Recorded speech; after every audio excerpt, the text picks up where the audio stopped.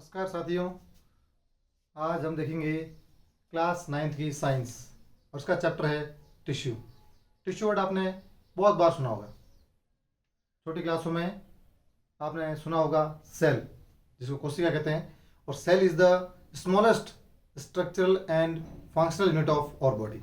अगर अपने बॉडी की अगर बात करें, अपने शरीर की अगर बात करें, तो अपने शरीर की जो सबसे छोटी जो इकाई है, स्मॉलेस्ट जो यूनिट है, उसे हम क्या कहते हैं? सेल।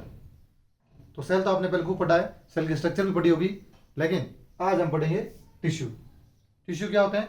जो सेल है, इस सेल का ही एक ग्रुप है जो एक स्पेसिफिक फंक्शन करता है, और इसकी स्ट्रक्चर्स जो है सेल्स की कैसी होती है?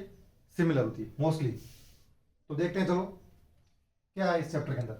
ये आपके सामने नोट्स लिखे हुए हैं, इसका आप स्क्रीनशॉट ले लें, और स्क्रीनशॉट लेने के बाद इसको नोट कर लें आप, क्योंकि जो बुक है, बुक से अपन पढ़ तो लेते हैं, समझ भी लेते हैं, लेकिन जब एग्ज़ाम होता है तो एग्ज़ाम के टाइम उसको रिवाइज कैसे करें। तो यूनिट टेस्ट में फ्री हो जाता है, हाफ ईयरली एग्ज़ाम फ्री हो जाता है, लेकिन जो एनुअल एग्ज़ाम होते हैं, एनुअल एग्ज़ाम में जब पूरी बुक आती है तो पूरी बुक का रिविज़न करना बहुत मुश्किल हो जाता है। तो उसका सबसे बेस्ट तरीका ये है कि जिस टाइम आप पाठ पढ़ते हो, जिस टाइम आप लेसन कवर कर रहे हो, तो उसी टाइम आप उसमें से जो इंपॉर्टेंट चीज़ें हैं उनको एक नोट डाउन कर लें नोटबुक में, और वो इंपॉर्टेंट चीज़ बार बार उसको रिवाइज करते रहें। वही आपके टेस्ट में काम आएगी, वही आपके एग्जाम में, एनुअल एग्जाम में काम आएगी, और यही नोट्स बाद में आगे कम्पिटिटिव एग्जाम में भी काम आने वाले हैं। क्योंकि 10th तक की जो साइंस होती है वो बेसिक साइंस है, और बेसिक साइंस के क्वेश्चंस आपको हर कम्पिटिटिव एग्जाम में देखने को मिलेंगे। तो क्यों ना आप तैयारी छोटी क्लास से ही करें, 9th 10th 11th 12th। तो चलें, क्या कहता है देखो टिश्यू। इसमें सबसे पहला पॉइंट अपना ये कि all living organism are made up of cells. सारे के सारे जो भी आपको लिविंग दिखते हैं वो सारे लिविंग ऑर्गेनिज्म है, चाहे वो एनिमल्स हो चाहे वो प्लांट्स हो, सभी के सभी किससे बने होते हैं? सेल से। क्लियर है? तो दूसरा पॉइंट क्या कहते देखो, इन यूनिसेलुलर ऑर्गेनिज्म, एक कोशिकीय अधि जीव है, सिर्फ एक सेल का बना हुआ है, तो क्या करेगा बेचारा? एक single cell perform all basic functions. घर के अंदर अगर एक ही आदमी है तो उस घर का सारा काम वही करेगा, और कौन करेगा? लेकिन यदि घर के अंदर बहुत सारे मेंबर्स हैं तो हो सकता है मैं कुछ काम किसी और को दे दूं, कुछ काम किसी और को दे दूं, तो वहां मैं काम का बंटवारा कर सकता हूं, डिवीजन ऑफ लेबर। लेकिन अगर अकेला हो तो खुद को करना है, सीधी सी बात है। तो ऐसे ही जो ये लिविंग ऑर्गेनिजम्स हैं, ये कुछ ऐसे होते हैं जो सिंगल सेल से बने होते हैं, और कुछ ऐसे होते हैं जो बहुत सारे सेल से बने होते हैं। तो जो सिंगल सेल से बना हुआ है उसको हम बोलेंगे यूनिसेलुलर ऑर्गेनिज्म, और जो बहुत सारे सेल से बना हुआ है उसे मल्टीसेलुलर ऑर्गेनिज्म। अब वो प्लांट हो सकता है, वो एनिमल हो सकता है। ओके, तो इसमें एक एग्जांपल अपने दिया हुआ है अमीबा। कौन से बा है अपने? अमीबा। तो ये जो अमीबा है ये यूनिसेलुलर ऑर्गेनिज्म है।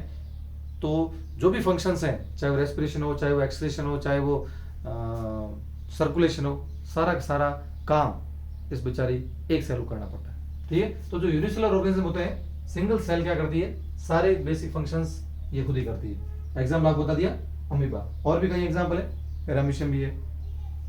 ठीक है, लेकिन अपने ये दिया तो ये देख लो। दूसरा पॉइंट, तीसरा पॉइंट क्या देता है कि इन मल्टीसेलुलर ऑर्गेनिज्म, मल्टीसेलुलर ऑर्गेनिज्म जैसे अपन है, तो इनमें क्या है? There are millions of cells, बहुत सारी सेल्स हैं। तो most of these cells are specialized to carry out specific functions. ज्यादातर जो सेल्स है वो स्पेशलाइज होती है, किस लिए? To carry out special functions, special function करने के लिए स्पेशलाइज्ड होती है। And each specialized function is taken up by a different group of cells. और ये जो अलग अलग जो फंक्शंस हैं, जो स्पेशलाइज्ड फंक्शंस हैं, ये एक ग्रुप ऑफ सेल्स के द्वारा किए जाते हैं। तो ये आ गया कि each specialized function is taken up by different group of cells, and this group of cells are known as tissue. आगे अपन देखेंगे, चलो। Since these cells are carry out only a particular function, ये जो ग्रुप ऑफ सेल्स है ये क्या कर रही है? एक पर्टिकुलर फंक्शन कर रही है, तो क्या होगा? They do it very efficiently. और जब वो बार बार वही काम कर रही है, बार बार वही काम कर रही है, तो उसमें एफिशिएंट होगी नहीं होगी? अपन भी कहते हैं ना कि बार बार अभ्यास करो, बार बार अभ्यास करो। साइकिल चलाना सीखते हैं तब सीख नहीं पाते हैं, गिर जाते हैं, फिर कहते हैं फिर सीखो, फिर अभ्यास करो, और थोड़े दिनों में अपन सीख जाते हैं। शुरुआत में आप नीचे देखते हो पैडल तरह गिरने जाओ, कभी हैंडल पकड़ते हो, और जब सीख जाते हो तो मस्ती से इधर देखते हो, इधर देखते हो, मस्ती से, मतलब एफिशिएंट हो गए बस। इसमें भी क्या होता है, ये जो सेल्स होती है, ये जो डिफरेंट ग्रुप ऑफ सेल्स है, ये जो स्पेशलाइज्ड फंक्शंस कर रही है, ये इसमें क्या होती है, एफिशिएंट होती है, एफिशिएंट तरीके से काम कर सकती है उसको। ठीक है, तो ये अपने इसकी प्रॉपर्टीज आएगी टिश्यू के, अपन आगे पढ़ेंगे तब कि ये स्पेसिफिक फंक्शंस करती है, और स्पेसिफिक फंक्शन करती है तो उस काम को एफिशिएंट तरीके से कर सकती है। चलिए आगे, ह्यूमन बीइंग का आपका एग्जांपल दिया हुआ है अपने अंदर कि जो मसल सेल्स होती है, ये जब ग्रुप होगा तो ये टिश्यू कहलाएगी। ये क्या करती है, कॉन्ट्रैक्ट एंड रिलैक्स, एक बार कॉन्ट्रैक्ट होगी फिर रिलैक्स होगी, कॉन्ट्रैक्ट होगी रिलैक्स होगी। ये जो मसल्स होती है, जो मांसपेशियां होती है, तो ये क्या करती है, कॉज मूवमेंट, मूवमेंट करती है। तो मसल सेल्स मूवमेंट में हेल्प करती है, सबके अलग अलग फंक्शंस हैं। ऐसे अपन देखें नर्व सेल्स, नर्व सेल्स जो होती है क्या करती है, nerve cells carry messages, message जो होते हैं वो कैरी करती है कहां पर, ब्रेन।